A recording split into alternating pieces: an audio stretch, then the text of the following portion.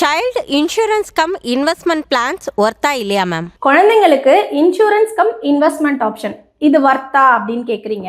So இந்த insurance cum investment option அப்படிங்கிறது ஒரு ஹைப்ரிட் ப்ராடக்ட்னு சொல்லலாம். இதில் இன்சூரன்ஸ் காம்பனண்ட்டும் இருக்கும், இன்வெஸ்ட்மெண்ட் காம்பனண்ட்டும் இருக்கும். பட் அதில் லைஃப் கவர் அப்படிங்கிறது அந்த குழந்தைக்கு கிடைக்காது. யார் ப்ரப்போசரோ அவருக்கு தான் அந்த லைஃப் கவர் கிடைக்கும். ஸோ இது ஒர்த்தா அப்படின்னு கேட்டிங்கன்னா இது பர்சன் டு பர்சன் டிஃபர் ஆகும். இதோட அல்டர்னேட்டிவ் ஏதாவது இருக்கா அப்படின்னு கேட்டால், நீங்கள் ஒரு பேரண்ட்டாக இருக்கீங்க அப்படின்னா உங்களோட லைஃப் கவருக்கு ஒரு டேர்ம் இன்சூரன்ஸ் பாலிசி எடுத்துட்டு குழந்தைங்களோட இன்வெஸ்ட்மெண்ட் ஆல்ரெடி நம்ம பார்த்தாப்புல டைவர்சிஃபை பண்ணி இன்வெஸ்ட் பண்ணிங்கன்னா இது பெஸ்ட் ஆப்ஷனாக இருக்கும்.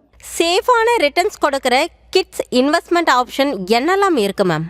இன்வெஸ்ட்மெண்ட் அப்படின்னு நீங்கள் வந்துட்டாலே அதில் எதுவுமே ரிஸ்க் ஃப்ரீ இன்வெஸ்ட்மெண்ட் அப்படிங்கிறது கிடையாது.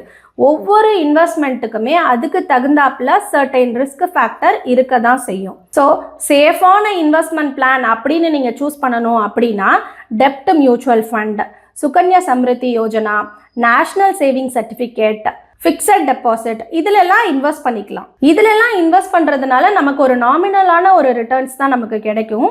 ஸோ நம்ம சூஸ் பண்ணுற ஒரு இன்ஸ்ட்ருமெண்ட் பார்த்தீங்கன்னா அது இன்ஃப்ளேஷனை பீட் பண்ணி நமக்கு ரிட்டர்ன்ஸ் கொடுக்குதா அப்படிங்கிறத நம்ம செக் பண்ணிக்கணும்.